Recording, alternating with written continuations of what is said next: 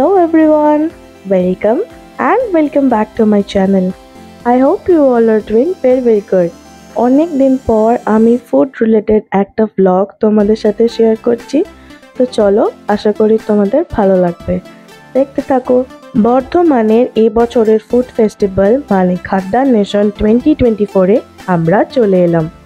চলো ভিতরে এন্ট্রি করা যাক। ফার্স্ট অফ অল বলে রাখি যে এইখানে আসবে কি করে। তো এই জায়গাটার লোকেশন হলো উৎসব ময়দান, বা এটাকে সার্কাস ময়দানও অনেকে বলে থাকে। যারা স্টেশন থেকে আসছো তারা লোকাল বাস বা যে কোনো টোটো অ্যাভেলেবেল পেতে পারো, অ্যান্ড যারা নিজেদের ভেহিকেলে আসছো তাদের জন্য, যারা রাস্তা চেনো না, আমি আমার ডেসক্রিপশন বক্সে গুগল ম্যাপের লিঙ্ক দিয়ে দেবো, তোমরা চাইলে চেক আউট করতে পারো। এই ফুড ফেস্টিভ্যাল কিন্তু স্টার্ট হয়েছে ফ্রম 9th নভেম্বর অ্যান্ড এটা চলবে টিল 17th নভেম্বর, মানে এই সানডে অবধি। আর এটার টাইমিং হচ্ছে বেলা 1টা থেকে রাত্রি 9:30 10টা, যতক্ষণ ওপেন থাকবে ততক্ষণ। আমি আগের ইয়ারেও এই ফুড ফেস্টিভ্যালে এসেছিলাম এবং অনেক ভালো এবং ইউনিক খাবারের কিন্তু খোঁজ পেয়েছিলাম। তো চলো এবারে দেখা যাক কি নতুন ফুড আইটেম ট্রাই করা যায়। তো প্রথমেই আমাদের নজর গেল সুরুচি ক্যাটারারের স্টলের দিকে। এই স্টলটা প্রত্যেকবারের মতন এবারেও অনেকটা স্পেস জুড়ে ছিল এবং এনাদের ফুড আইটেমসও কিন্তু অনেক কিছু অ্যাভেলেবেল ছিল, ফ্রম কম্বো টু কাবাব। এই সমস্ত স্টল দেখতে দেখতে আমরা চারপাশটা আরেকটু ঘুরে দেখে নিচ্ছিলাম। আমি আজকে এখানে এসেছি আমার একজন খুব ক্লোজ ফ্রেন্ড বা দিদি বলতে পারো, দীপশিখাদি। তো দীপশিখাদির সাথে আমার অনেক দিন থেকেই আলাপ, অ্যান্ড টুকটাক আমরা বেরোতেই থাকি। তো ঠিক করলাম যে ফুড ফেস্টিভ্যালে যাওয়া যাক, বিকজ আমরা দুজনেই ফুড আইটেমসে ইন্টারেস্টেড। তো ফাইনালি চারিপাশে ঘোরাঘুরি করার পর আমরা আবার ফিরে এলাম সেই সুরুচি ক্যাটারারের স্টলে। তো এবার আমরা ঠিক করলাম যে চিকেন রেশমি কাবাব খাবো, যেটার প্রাইস ছিল 90 রুপিস। অ্যান্ড এটা অর্ডার করার পর খুব বেশিক্ষণ কিন্তু আমাদের ওয়েট করতেও হয়নি, জাস্ট 2-3 মিনিটের মধ্যে চলে এসেছিলো। অ্যান্ড এনাদের বসার জায়গাও কিন্তু ভালো মতন অ্যাভেলেবেল ছিল। চলে এসছে আমাদের চিকেন রেশমি কাবাব, যেটা 4 পিস ছিল বাট উইথ বোন, অ্যান্ড সাথে মিউনিস ছিল, প্লাস একটা ধনেপাতার চাটনিও, যেটা খেতে কিন্তু টেস্টি ছিল। তো চলো কাবাবটা ট্রাই করা যাক অ্যান্ড চেক করা যাক যে এটা কতটা tasty according to price, and রিভিউটা শুনে নিই।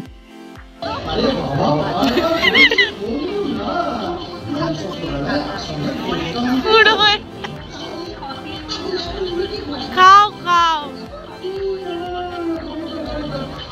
বলো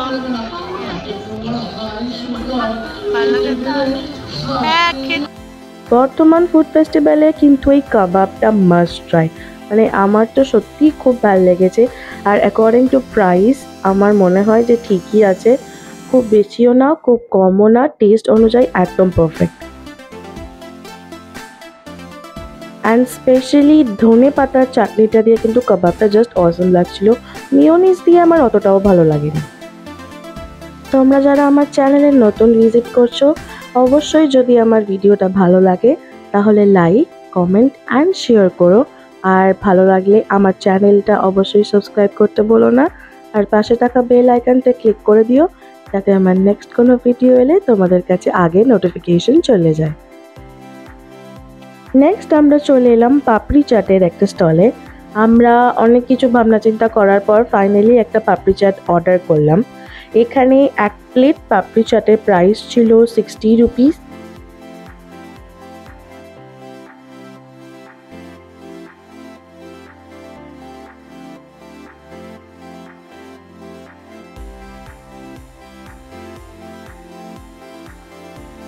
অ্যান্ড এটাই হচ্ছে আমাদের পাপড়ি চাট। আমার একটুখানি মনে হচ্ছে যে পাপড়ি চাটের কোয়ান্টিটিটা আরেকটু হলে বেটার হতো, বিকজ অ্যাকর্ডিং টু প্রাইস আমার একটু কম মনে হলো। বাট টেস্ট অনুযায়ী কিন্তু খেতে খুবই ভালো, খুব ট্যাঙ্গি, নট সো স্পাইসি, আমার বেশ ভালো লেগেছে।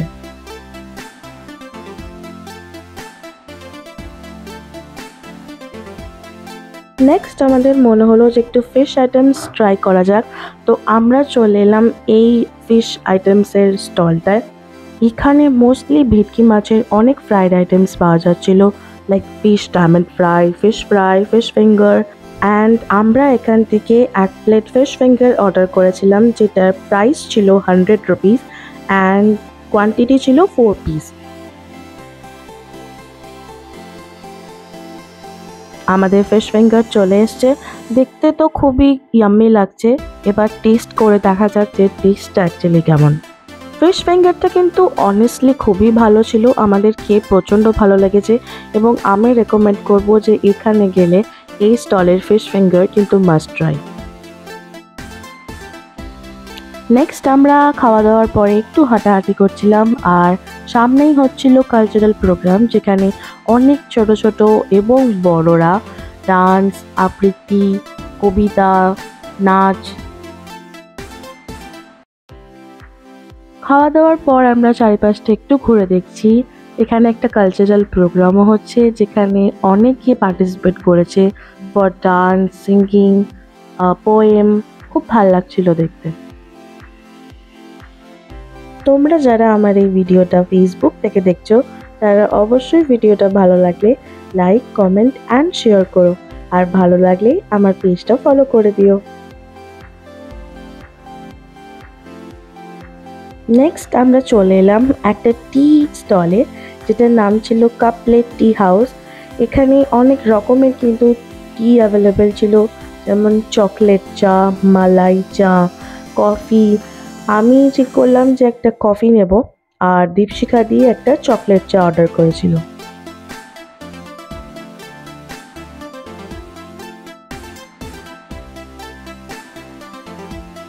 কফিটা খেতে সত্যিই ভালো ছিল, অ্যান্ড এটার প্রাইস নিয়েছিল 50 রুপিস। একটু ওভার প্রাইস লাগলো, বাট স্টিল ঠিক আছে, ভালো খেতে, অ্যান্ড কোয়ান্টিটিও অনেকটাই ছিল। আর দীপশিখা দিয়ে নিয়েছিল চকলেট টি, বাট সত্যি কথা বলছি এটা খুবই ওভার প্রাইস ছিল। কোয়ান্টিটি যদিও অনেকটা ছিল, বাট অ্যাকর্ডিং টু প্রাইস এটার প্রাইস ছিল 80 রুপিস, মানে প্রচণ্ড ওভার প্রাইস। আমি তো একদম রেকমেন্ড করবো না, তার থেকে নর্মাল চা কফি খাওয়া অনেক ভালো।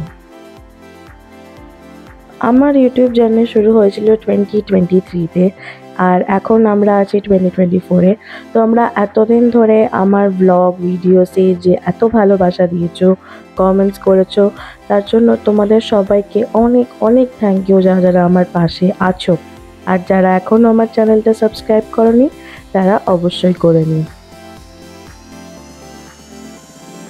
অ্যান্ড আমি আমার চ্যানেলে সাবস্ক্রাইবার্স কাউন্ট চেক করছিলাম, তো আমি দেখলাম অলমোস্ট 950+ লোকজন আমার চ্যানেল সাবস্ক্রাইব করেছো, and I am still a bit little far from 1K। তো আমি চাই যে তাড়াতাড়ি তোমরা এই নভেম্বর মান্থের মধ্যেই যেন 1K কমপ্লিট করে দাও। নেক্সট আমরা গেছিলাম বাঙালি রান্নাঘর বলে এই স্টলটায়। এখান থেকে আমি অর্ডার করেছিলাম 2টো পনির পাসিন্দা। সো অ্যাপার্ট ফ্রম পনির পাসিন্দা, এখানে আরও অনেক কিছু মেনু ছিল। এটা ওনাদের মেনু কার্ড, তোমরা চেক আউট করতে পারো। অ্যান্ড প্রাইসও কিন্তু আমার মনে হয় যথেষ্ট অ্যাফোর্ডেবল ছিল, তাই তোমরা চাইলে এই স্টলটা একবার ভিজিট করতে পারো। অ্যান্ড ওনাদের সিস্টেমও কিন্তু খুব নিট অ্যান্ড ক্লিন ছিল। এরকম কুপন একটা কোড দিয়েছিল, এটার অনুযায়ী কিন্তু খাবার অর্ডার আসছিল। অ্যান্ড এটা যেহেতু আমি বাড়ির জন্য প্যাক করেছিলাম, তাই বাড়িতে আসার পর আমি দেখলাম যে এটা কিছুটা এরকম দেখতে ছিল। অ্যান্ড বাড়ির লোকের কাছে কিন্তু এটার রিভিউ খুবই ভালো পেয়েছি, টেস্টি ছিল।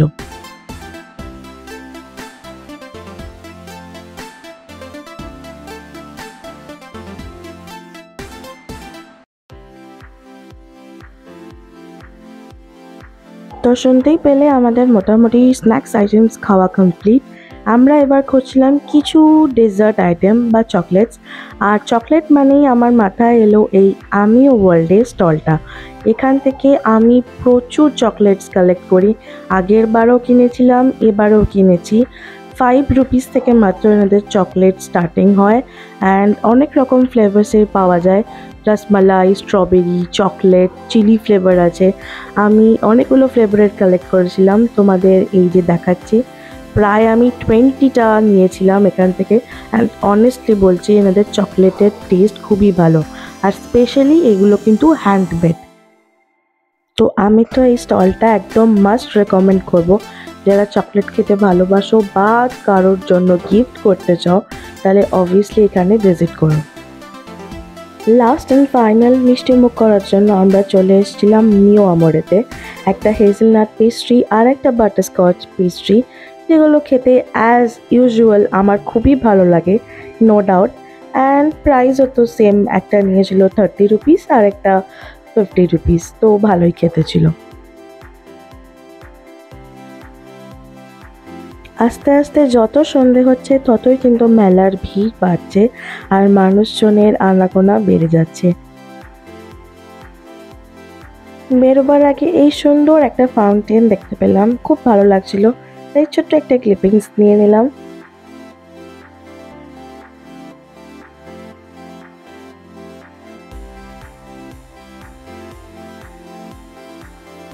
আজকের মতন ভিডিওটা এখানেই শেষ করছি। তোমাদের যদি আমার এই ফুড ফেস্টিভ্যালের ব্লগটা ভালো লাগে তাহলে অবশ্যই লাইক, কমেন্ট, শেয়ার অ্যান্ড যে কোনো বিষয়ে আমাকে কোয়েশ্চেন করতে পারো, আমি অবভিয়াসলি চেষ্টা করব রিপ্লাই করার। আর আমার চ্যানেলটা সাবস্ক্রাইব করে দিও, ফেসবুক থেকে দেখলে পেজটা ফলো করে দিও। Tata, bye bye. আমি আবার চলে আসবো আর একটা অন্য কোনো ব্লগ নিয়ে।